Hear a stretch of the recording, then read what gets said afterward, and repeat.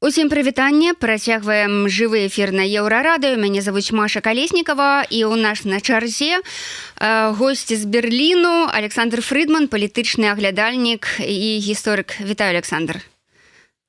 Добрый день, Маша, вітаю. Мне падаецца, што нам сёння проста пашанцавала, таму што мы будзем пачынаць з гэтых шчыраванняў Джона Коула, якія сёння ўсе друкуюць, так, і якія сёння, ў прынцыпе, ўсе абмяркоўваюць.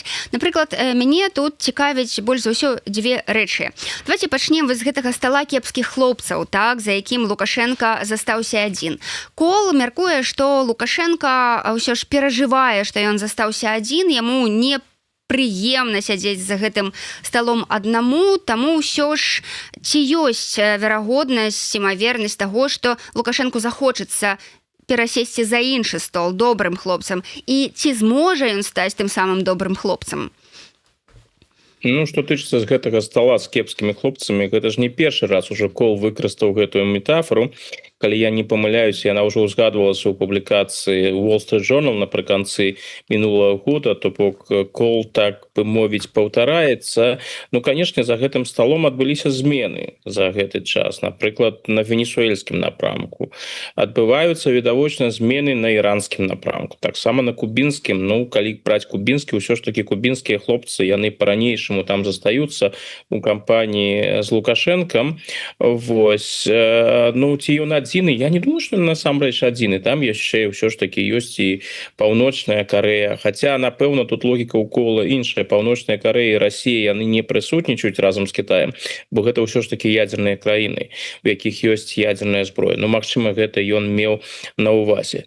Тое, што з хлопцамі, якія знаходзіліся вось побач з Лукашэнкам за гэтым сталом, адбываюцца апошнім часам, назовем так трошки цынічна, непрыемнасці, думаю, што гэта відавочна Лукашэнку непакоіць. У выпадку з Нікаласам Мадура ён і адрэагаваў. Гэта просто тая сітуацыя, калі ён не мог прамаўчаць.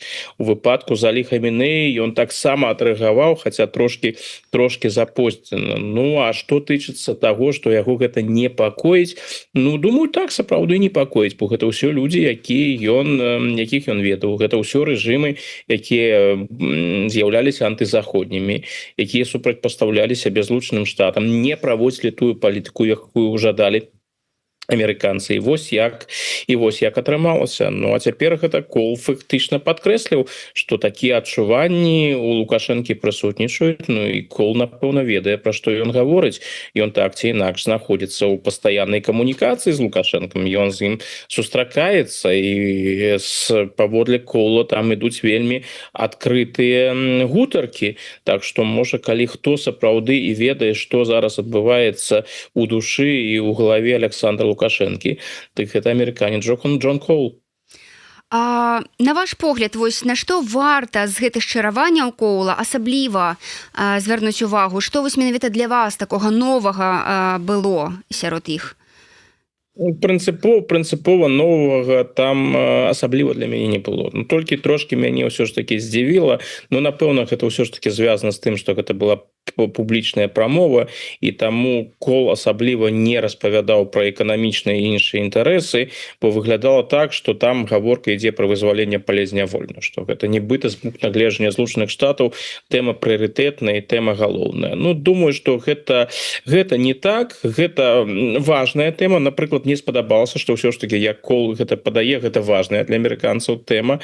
Мне было такое адчуванне, што ўсё ж таки яна для амерыканцаў адыгрывае меншую ролю, чым гэта кажа Кол. І зноў жа тут, конечно, пытанне ў тым, гэта ягоная рыторыка, ці гэта ёсць насамрэч так, але то, што ён гэта падкрэслівае, тое, што ён лічыць гэта важным, гэта я назваў бы адметным момантам. Другое, тое, як ён падае Лукашэнку, як ён яго апісвае, гэта працяг таго, што ўжо было на сталонках Wall Street Journal. Вось такі экзатычны дзядзька, назовем гэта так, сталага ўзросту, з сваімі своеасаблівымі паводзінамі, схільны да алкагольных напояў, якому падабаецца размаўляць. Ўсё, што мы про Лукашэнку ведаем, з алкагольнымі напоямі, гэта, напэўна, нешта новае, але ізноў жа ён нейкім там чалавекам, які злоўжывае, Кол ўсё ж таки яго не падае. Тое, што Лукашенко стала выкарыстоўвае ненарматыўную лексіку, ну абсалютна не здзіўляе. Я думаю, што у прыватных кантэкстах ён менавіта так і гаворыць. А калі там адбываюцца нейкія нарады, дык там увогуле, напэўна, нешта цэнзурнае пачуць досыць цяжка. Гэта мяне не здзівіла. Кол увогуле ён малюе такі вобраз экзатычнага рускага дзядзькі. Ну вось калі вось такі вобраз з усімі клішэ, якія вядомы, якія мы ведаем з амерыканскіх фільмаў, якія мы ведаем там з амерыканскай літаратуры 20-го стагоддзя. Ну вось менавіта такі гэты Лукашенко, такі вось своеасаблівы чалавек. Вось і калі там прынаравіцца, асцярожна з ім паводзіць, то можна з ім знаходзіць увогуле так агульную мову. Так гэта гучала. Гэта другі момант. Трэці момант, но ён мяне здзівіў трошки у мінулым годзе, калі там у палітыка, калі я не памыляюся, і Wall Street Journal з'яўляліся вось гэтыя дадатковыя акалічнасці пра гэтыя вячэры, якія ў іх былі, пра гарэлку і іншае. Мне падавалася, што ўсё ж такі, ну гэта напэўна не тое, што Лукашенко жадаў бы пра сябе пабачыць у прэсе, асабліва калі там гаворка яшчэ ішла пра ягоны фізічны стан, пра ягоную вагу, што ён бы хацеў бы скінуць вагу, яго асабліва не атрымліваецца. Ну Лукашенко гэта не той чалавек, які выстаўляе вось так сваё прыватнае жыццё. І вось тут, калі выходзяць праз кола такія акалічнасці, ну напэўна гэта Лукашенко асабліва не спадабалася, але альбо беларускі бок не звярнуў на гэту увагу прамовах з амерыканцамі, альбо колу ўсё роўна ён лічыць патрэбным гэтай гісторыі распавядаць. Ну і распавядае, так што гэта выйшла ізноў, то бок гэта тыя акалічнасці, якія лукашэнкаўцам безумоўна непрыемныя, але яны вельмі карысныя, каб зразумець усё ж такі тое, што адбываецца паміж Мінскам і Вашынгтонам. Мы вось да гэтага нашага улюбёнага ў апошні час усімі амерыкана-беларускага трэку вось звернемся літаральна праз пару пытанняў. Так, у лістападзе ў Злучаных Штатах адбудуцца прамежкавыя выбары ў Кангрэс, і пасля іх меркавана улада Дональда Трампа крыху зменшыцца.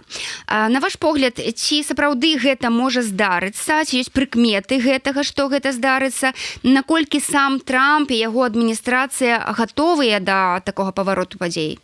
І што яны з гэтым будуць рабіць?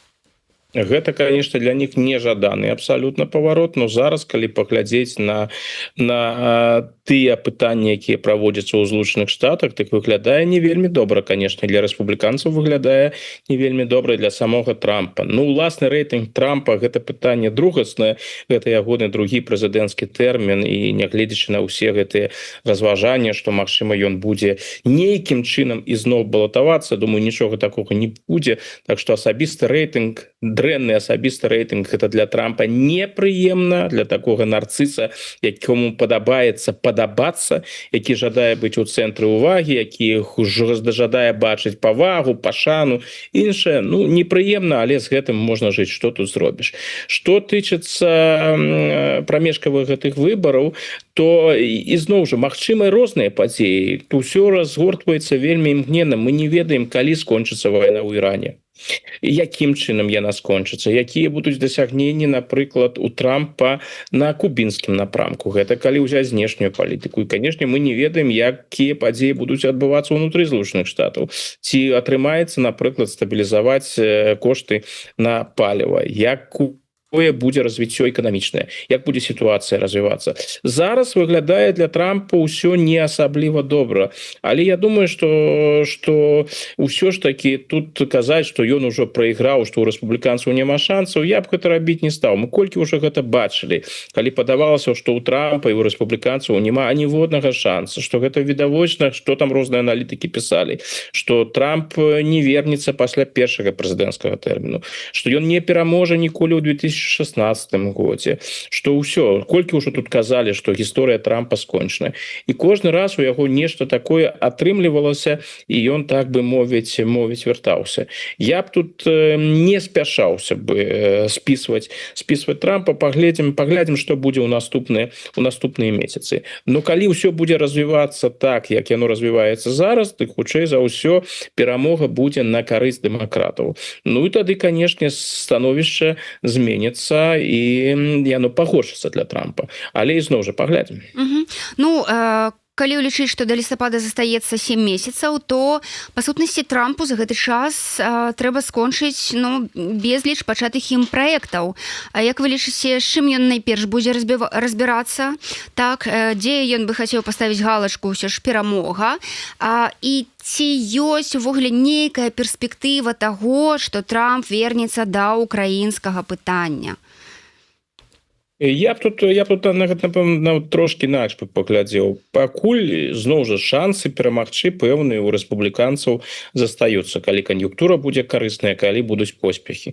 Калі праз пэўны час Трамп пабачыць, што шансаў няма, што тыя праекты, якія трэба завяршыць, як мага хутчэй завяршыць не атрымаецца, так магчыма ён і звыкнецца з гэтай думкай, што будуць гэтыя выбары праіграны і будзе імкнецца зрабіць як мага больш менавіта у гэты час да лістападу. Я такога развіцця падзеяў таксама не выключаю. Галоўны прыярытэт ён відавочны на дадзены момант, ён звязаны з вайной у Іране. Бок з пункта гледжання Злучаных Штатаў, падзеі, назовем гэта так, развіваюцца неаптымальна. Яны, хаця і дасягаюць пэўных ваенных поспехаў, прычым значных ваенных поспехаў, калі паглядзець на тую ж ваенную інфраструктуру Ірана, але галоўнай мэты пака не дасягнута. То бок няма пагаднення наконт ядзернай зброі, няма нейкіх пагадненняў наконт іранскіх балістычных ракетаў. І іншае пытанне, але тут трэба адзначыць, што Трамп паводзіў сябе вельмі асцярожна ў гэтым пытанні, гэта змена рэжыму ў Тэгеране. Фармальна Трамп мае рацыю. Зараз іншыя людзі Іранам кіруюць, хаця ўвогуле гэта не зусім зразумела і непразрыста, хто там кіруюць, бо тыя, хто кіравалі да пачатку аперацыі, іх проста няма ўжо ў жывых. Так што ў гэтым сэнсе фармальна ён мае рацыю, але характар рэжыму, прынамсі, вонкава прынцыпова пакуль не змяніўся. Але там сітуацыя вельмі дынамічная, і я б ізноў жа, я не ведаю, тут цяжка вельмі прадказаць, якая будзе сітуацыя заўтра, паслязаўтра. Я вось кожны дзень амаль лаўлю сябе на думцы, наколькі гэта імкненна змяняецца. Як это выглядала учора, як это ўжо выглядае сёння. Што тычыцца украінскага напрамку, я думаю, што ён, канешне, для Трампа важны, бо Трамп не адмовіўся ад свайго праекту перацягнуць расійскіх дрэнных хлопцаў на свой бок за правільны, так бы мовіць, стол, каб супрацоўнічаць з Расіяй і паслабіць стасункі паміж Расіяй і Кітаем, перацягнуць Расію ў супрацьстаянні з Кітаем, так бы мовіць, на свой бок, ці прынамсі пагоршыць гэтае партнёрства паміж Пекінам і Масквой, пакуль тут асаблівых дасягненняў няма. І, канешне, падмуркам для таго, каб развіваць стасункі з Расіяй, было б спыненне вайны ва Ўкраіне. Але гэта зрабіць Трампу вельмі цяжка па-ранейшаму, тут асабліва нічога не атрымліваецца. Нейкія намаганні яны прыкладваць будуць, але гэта відавочна на дадзены момант не прыярытэтны накірунак. Мы ж нават бачым, Трамп адказвае на пытанні, якія тычацца Ўкраіны. Калі яму гэтыя пытанні задаюць, сам ён гэтыя пытанні не ўздымае, бо дакладна ведае, тут яму нічога добрага паведаміць не атрымліваецца. Вось, можна толькі сказаць, што вось там некалькі крокаў засталося.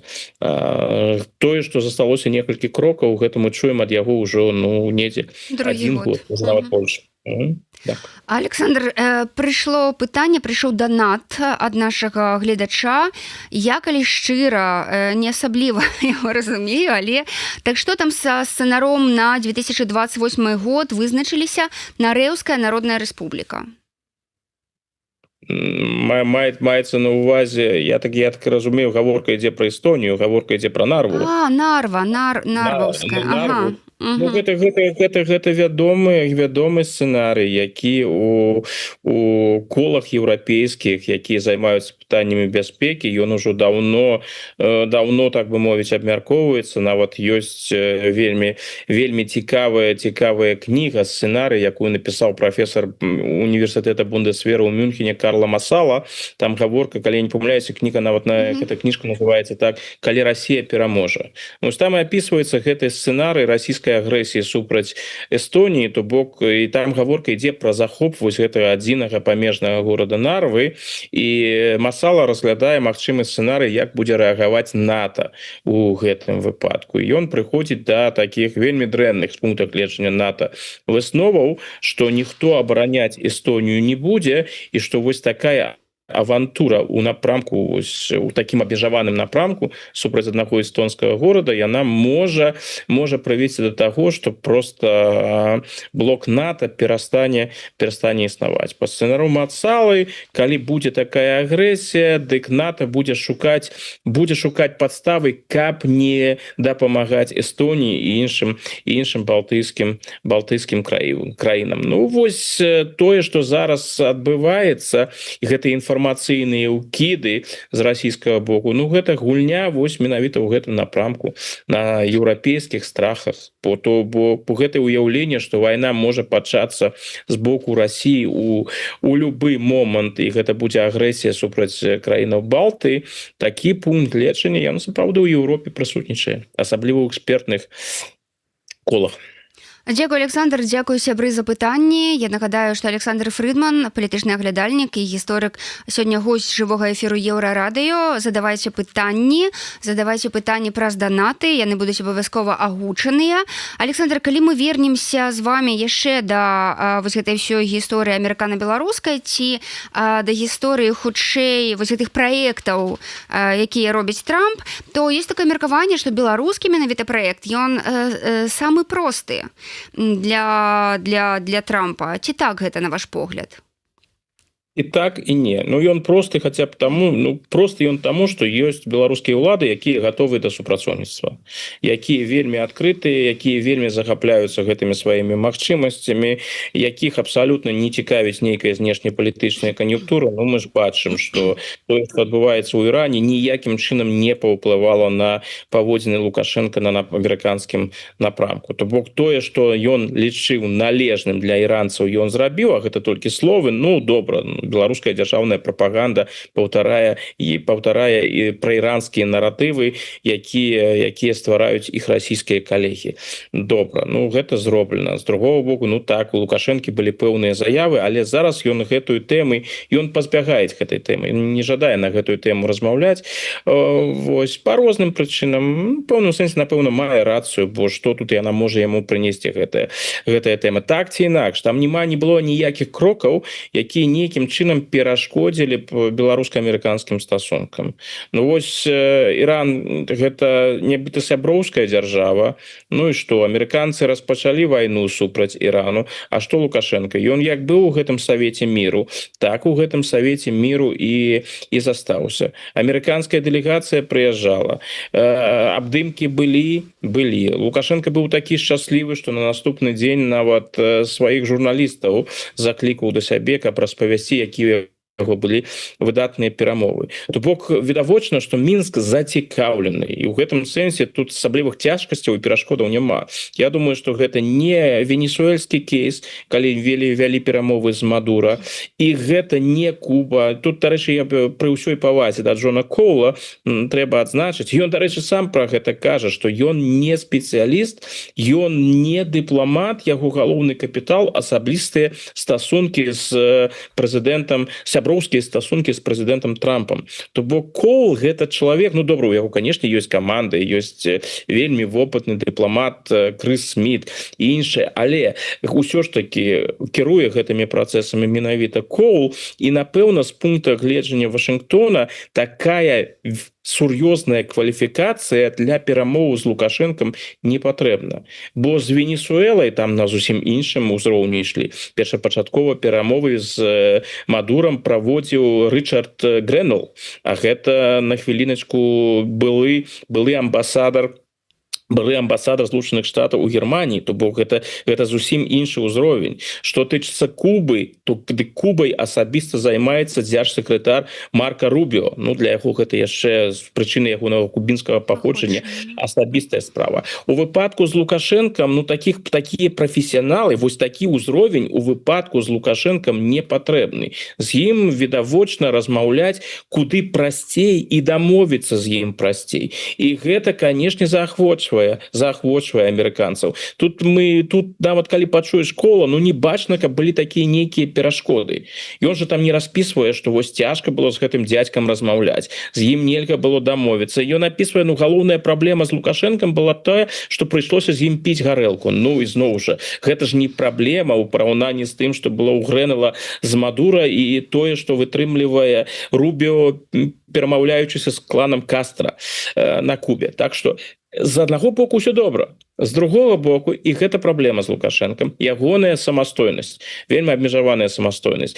Яны так не кажуць, про той же Кол ён про гэта адкрыта не кажуць, бо ведае, што напэўна про Лукашэнку можна там казаць, што ён нецэнзурную, ненарматыўную лексіку выкарыстоўвае, п'е гарэлку, гэта ўсё добра, гэта окей, праблем няма. Але калі сказаць, што вось гэты Лукашенко, ён насамрэч ад Москвы залежны, ну напэўна гэта Лукашэнку пакрыўдзіць. І таму Кол на гэта не звяртае ўвагі, наадварот падкрэслівае самастойнасць Лукашэнкі. Ну наколькі самастойны Лукашенко, мы ж бачылі падчас першага саміту Савету міру, на які Лукашенко не прыехаў, расчараваўшы амерыканцаў. То бок прыемны момант заключаецца ў тым, што з Лукашенко гатовы дамаўляцца. Непрыемны момант у тым, што тыя рашэнні, важныя рашэнні, якія прымаюцца, не ў дачыненні да палізняволеных. Гэта Лукашенко вырашае сам. А пытанні стратэгічнага характару, напрыклад, пытанні бяспекі і іншае, напэўна, гэта пытанне ў стане таксама ў дачыненні да беларускіх рэсурсаў, да той же калійнай індустрыі. Гэта не толькі пытанне Лукашэнкі, гэта тое, што Лукашенко прынамсі павінен узгадняць з расійскім бокам. І гэта робіць магчымасці стасункаў з Лукашэнкам абмежаванымі. Ты можаш з ім дамовіцца, а тут пытанне ў тым, а ці здолее ён выканаць тое, пра што ён урэшце рэшт дамовіўся. Давайте, дарэчы, звернемся да вось гэтай амерыканскай вялікай здзелкі, пра якую на мінулым тыдні казаў і Лукашенко, і Кол. Ці атрымалася ў вас класе нейкую карцінку ўжо таго, як гэта ўсё можа выглядаць, так, сыходзячы з іхніх нейкіх каментароў? І ці, напрыклад, на ваш погляд, ці змогуць яны яе там падрыхтаваць і заключыць да таго самага лістапада? Тэарэтычна, я думаю, гэта цалкам магчыма, бо ізноў жа там і галоўнае, што ёсць і з таго, і з беларускага боку, і з амерыканскага боку, ёсць гатоўнасць працаваць, ёсць гатоўнасць рухацца ў гэтым накірунку. Калі ж мы ўсё ж таки паглядзім усю дынаміку, як яна ішла, яны паступова, гэтыя стасункі выходзілі ўсё на новы ўзровень. Устанавілася пэўная атмасфера даверу паміж Коулам і Лукашэнкам. Ёсць зацікаўленасць з амерыканскага боку, ёсць яшчэ большая зацікаўленасць з боку беларускага, то бок пэўны падмурак ён прысутнічае. Але гэта ж усё не абмяжоўваецца толькі вось двухбаковымі стасункамі. Ёсць шэраг іншых фактараў, якія могуць узмацніць цікавасць да Лукашэнкі, а могуць наадварот гэтую цікавасць панізіць. Гэта тое, што Лукашэнку амерыканцы знайшлі для сябе перш за ўсё ў кантэксце вайны Расіі супраць Украіны, як адзін з каналаў сувязі з той же Масквой. Наколькі гэты канал будзе запатрабаваны? Увогуле, ці будуць Злучаныя Штаты адыгрываць сур'ёзную ролю ў нейкім урэгуляванні сітуацыі ва ўкраіне? Гэта ўсё пытанні пакуль адкрытыя. Іншае пытанне рэсурсаў, беларускіх рэсурсаў, напрыклад, цікавасць амерыканцаў да беларускай калійнай індустрыі, яна зразумелая, гэта вельмі перспектыўны накірунак, а ў кантэксце гэтай вайны, якая зараз ідзе у Іране, карысць ад гэтых рэсурсаў і вага гэтых рэсурсаў яна толькі падвысіцца. То бок амерыканцы хацелі б там супрацоўнічаць. Іншае пытанне, на што гатовы Лукашенко і ці гатовы ён працаваць на амерыканскіх умовах. Калі ўсё, так бы мовіць, складзецца ў гэтым накірунку і Расія не будзе супраць, а гэта вельмі важны чыннік, што Расія не будзе накладваць вета на нейкія праекты, што Расія не будзе накладваць вета на візіт Лукашэнкі ў Злучаныя Штаты, калі яго запросяць. Іншае. Калі ўсё будзе, у прынцыпе, так паступова спрыяльна рухацца, ну, дык цалкам магчыма, што яны могуць прасунуцца. Калі ж патрэба і цікавасць Лукашэнкі знікне, альбо ён не пажадае ўрэшце рэшт гуляць па тым правілам, якія прапаноўваюць Злучаныя Штаты, ну, дык гэты перыяд збліжэння вельмі хутка можа скончыцца, так жа хутка, як ён і пачаўся. Ну, пакуль выглядае на тое, што ён усё ж гатовы гуляць па гэтых правілах. Пакуль так, але ізноў жа ён-то калі б усё залежала ад яго, калі б толькі ўсё залежала ад яго, то можна было б прасунуцца вельмі хутка і вельмі далёка, но там жа паступова ідзе гаворка сапраўды пра стратэгічныя пытанні, да якіх Расія безумоўна жадае ўдзельнічаць. Калісьці ўзнікне пытанне пра той же, можа ўзнікнуць пра ядерную зброю, якая ў Беларусі знаходзіцца, можа ўзнікнуць пытанне пра арэшнік. Хутчэй за ўсё не ўзнікне пытанне пра стасункі Лукашэнкі з Расіяй, бо тут, мне падаецца, у Коула ёсць уяўленне, не толькі ў Коула, што яны настолькі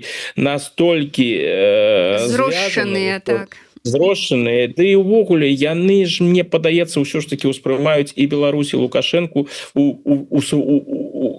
поўным сэнсе як частку вось гэтай вось той же самай пуцінскай Расіі, тое, што прывязана да пуцінскай Расіі. Гаворка ж ідзе не пра тое, каб адцягнуць Лукашэнку ад Расіі, гэта ілюзія, і я думаю, што гэтай ілюзіі іх няма.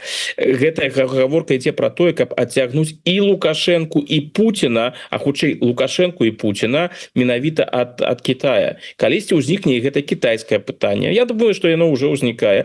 Іншае пытанне. І тут Лукашенко можа досыць хутка пабачыць свае межы. І калі у амерыканцаў будзе цікавасць большая, а межы Лукашенко свае вось эти чырвоныя рысы Лукашенко ўжо перакрочыць не зможа, ну тады амерыканцы могуць і страціць цікавасць, але пакуль усё выглядае досыць прыязна і станоўча. Галоўнае, каб гэтае збліжэнне выкарыстана было для таго, каб людзі, якія знаходзяцца ў Беларусі за кратамі, палітзняволены, выйшлі на волю. Бо калі ўжо гаварыць адкрыта, то іншай магчымасці выцягнуць гэтых людзей просто няма. Гэта шанец, і я спадзяюся, што гэта і будзе галоўны вынік, прынамсі, галоўны вынік гэтага збліжэння. Пра там розныя магчымасці дэмакратызацыі, лібералізацыі Беларусі, ну я думаю, што казаць пра гэта не выпадае да гэтага, калі ўвогуле яшчэ вельмі далёка, ну і рэалістычна гэта таксама не выглядае. Ну, давайте так, закранем сапраўды гэтую тэму пра тое, што Коул размаўляў з Лукашэнкам пра тое, што варта спыняць рэпрэсіі, не трэба людзей набіраць па новым кругу і гэтак далей. Так, вось, ўсё ж на вашу думку, я так разумею, што наўрад ці ЗША будуць займацца і гэтым трэкам, спыненнем рэпрэсій, так? І ці ўсё ж яны сапраўды мяркуюць, што раз Беларусь знаходзіцца ў Еўропе, то гэтыя ўнутраныя розныя справы нашыя, гэта хутчэй справа еўрапейцаў, разабрацца, што ў іх тут робіцца. Як вы думаеце?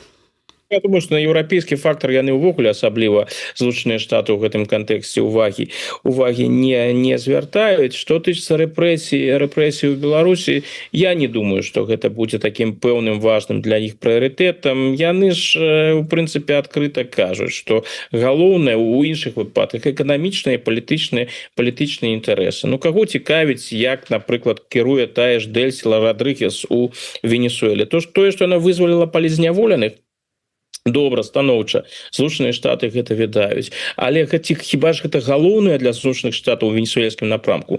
Галоўнае, каб Венесуэла праводзіла ту знешнюю палітыку, якая ў інтарэсах Злучаных Штатаў.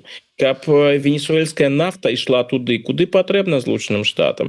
То бок у выпадку Лукашэнкі, ну, калі Лукашенко там будзе рабіць з каліем тое, што ў інтарэсах Злучаных Штатаў, там не ведаю, аддаць пад кантроль калійную індустрыю, але будзе узгадняць свае крокі. Ну, там розныя магчымасці, розныя фарматы супрацоўніцтва можна сябе ўявіць. Гэта амерыканцаў цалкам задаволіць. Ну, тое, што вельмі такія, ну, недарэчныя рэчы, якія сапсуюць тым ліку і рэпутацыю Злучаных Штатаў, каб не знікалі гэтыя пытанні. Вось глядзіце, які там жахлівы рэжым, з якім вы там супрацоўнічаеце. Ну, амерыканцам гэтыя пытанні не патрэбны. Ну, таму і Коул сказаў Лукашэнку, так, я думаю, што хутчэй аднаразова, што вы ж тут глядзіце, кожны раз, калі вы набіраеце новых палітзняволеных, тут пачынаецца ў прэсе тая кампанія, якая мне не патрэбна. Ну, не трэба гэта рабіць. Жадаеце канструктыўна з намі стасункі развіваць? Ну, можа, задумайцесь, ці патрэбна вам гэта, розныя перашкоды. Маё спадзяванне менавіта на тое, што каб да Лукашэнкі і ягонага атачэння, перш за ўсё да Лукашенко, вядома, вярнулася тое адчуванне, тое пачуццё, якое ў іх было до 2020 году. Рэпрэсіі же ў Беларусі не спыняліся, і до 2020 года былі рэпрэсіі. Просто ў тыя часы гэты рэжым дзейнічаў, так бы мовіць, ну хіба з маленькай, але аглядкай на іншых. А што падумаюць амерыканцы? А што скажуць еўрапейцы? Ну мы добра, ну можна гэтага схапіць, кінуць яго за краты, даць там ему 10-15 гадоў, а што там будзе за мяжой? А можа будуць нейкія санкцыі, альбо будуць праблемы для нашага бізнесу, а ці нам гэта патрэбна? Ну можа мы устрымаемся ад гэтага, альбо можа пакаранне будзе, але не такое жорсткае. То бок вось калі гэтае пачуццё вярнецца, калі Лукашенко, калі ён будзе прымаць свае рэпрэсіўныя рашэння, я думаю, што ад рэпрэсіўных механізмаў ён не адмовіцца. Гэта пасля 2020 года вельмі цяжка сябе ўявіць, што ён прынамсі ў гэтым выпадку будзе задавацца гэтым пытанням. А што падумаюць амерыканцы? А ці патрэбна мне, каб там той жа Джон Кол напісаў мне: ну Саша, навошта ты гэта зрабіў? Ну навошта ты гэта зрабіў? Ну ты што? Вось такія непрыемнасці маленькія, каб іх не было, ну можа трошки сітуацыя ў Беларусі, ну хай сябе і не палепшыцца, але не пагоршыцца. Ад гэтага збліжэння, што вельмі важны момант, я хацеў бы яго падкрэсліць, гэтае збліжэнне не факт, абсалютна не факт, што яно нейкім чынам палепшыць сітуацыю ў Беларусі, але з вялікай доляй верагоднасці можна сказаць, што яно прынамсі яе не пагоршыць. І гэта таксама трэба адзначыць. Ці можа той жа Коул выступіць пасярэднікам паміж ЕС і Беларуссю? Ну, напрыклад, зараз ён ужо займаецца гэтым літоўскім кейсам, так? Тут жа, напрыклад, я гляджу, сёння Жэч-Паспаліта, выданне польскае, напісала пра умовы вызвалення падшобута, і беларускі бок называе гэта аднаўленне палітычнага дыялогу. То бок, з аднаго боку, як бы ёсць размовы пра тое, што Мінск хоча размаўляць, з іншага боку запускаюцца вось гэтыя шары пастаянныя і ў Літву, і ў Польшчу, і такое ўражанне, што ўсё ж не хоча. Ці хоча? Вось, то бок, хоча размаўляць на сваіх умовах.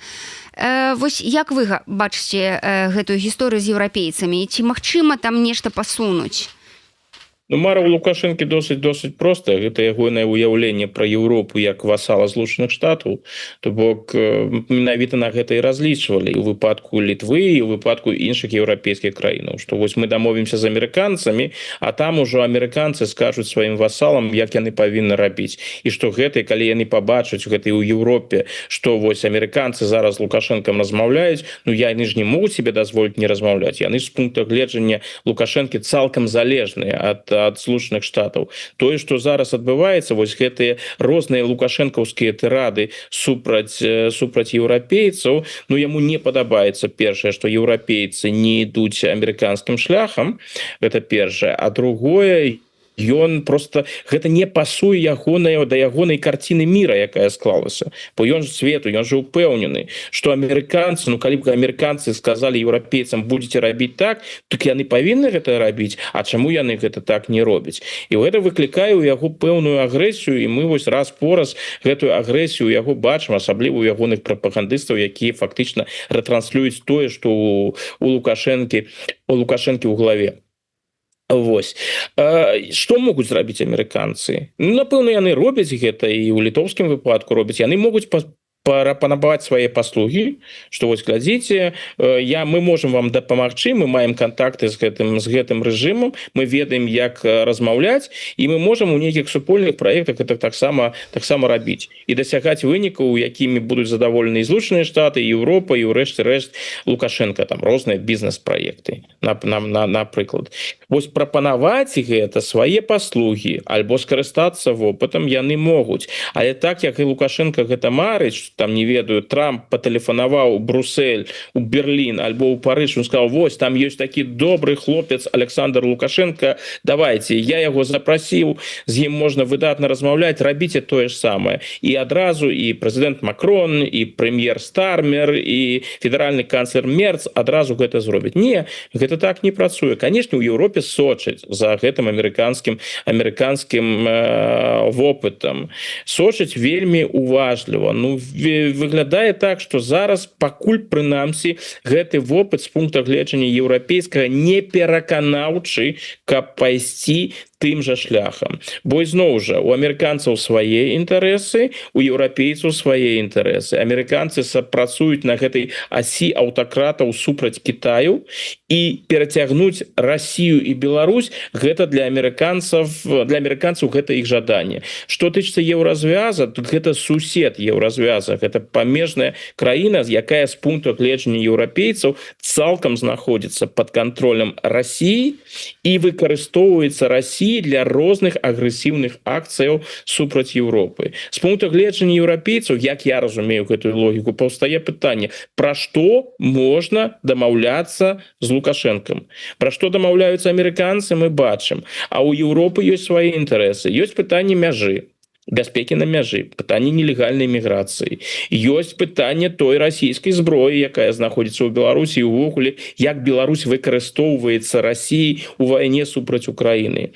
Ёсць увогуле пытанне праблематычнага з пункта гледжання еўрапейцаў супрацоўніцтва паміж Беларусю і Расіяй у ваеннай сферы і іншае. І тут з еўрапейскага пункта гледжання ўзнікае пытанне: а ці можна з Лукашэнкам размаўляць на гэтай конце, ці вырашае ён нешта? Што, хіба з Лукашэнкам можна дамовіцца пра ядерную зброю, якая знаходзіцца ў Беларусі, каб яе вывезлі? Не, гэта не яго пытанне. Што, можна дамовіцца з Лукашэнкам пра арэшнік, пра там нейкую дээскалацыю, пры якой арэшнік будзе вывезены з Беларусі? Не, гэта расійскае пытанне. Нелегальная міграцыя, ну тут пытанне адкрытае, наколькі тут Лукашенко ў стане сам нешта вырашаць, ці ўсё ж такі і гэтае пытанне ён вырашае разом з Расійскай Федэрацыяй.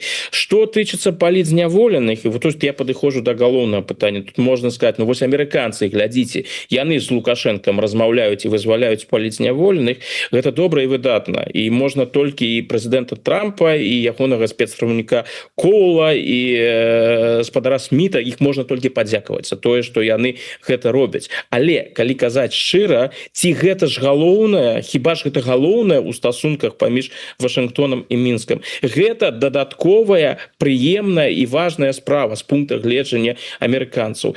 Інтарэсы прыярытэтныя з майго пункта гледжання яны іншыя, і эканамічныя, і палітычныя. Што тычыцца Еўропы, так Еўропа ўжо кажа гэта з 2020-2021 году, што гісторыі пра вызваленне палітзняволеных у гэтым сэнсе амаль пра вызваленне закладнікаў, ну не вядуцца перамовы з тым, хто гэта зрабіў. Не вядуцца хаця б таму, што гэта толькі захвочвае адваротны бок да іншых падобных акцыяў. І акрамя таго, галоўнае пытанне.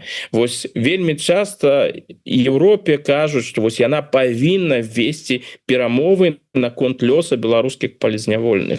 Мне падаецца, гэтае слово павінна памылкова.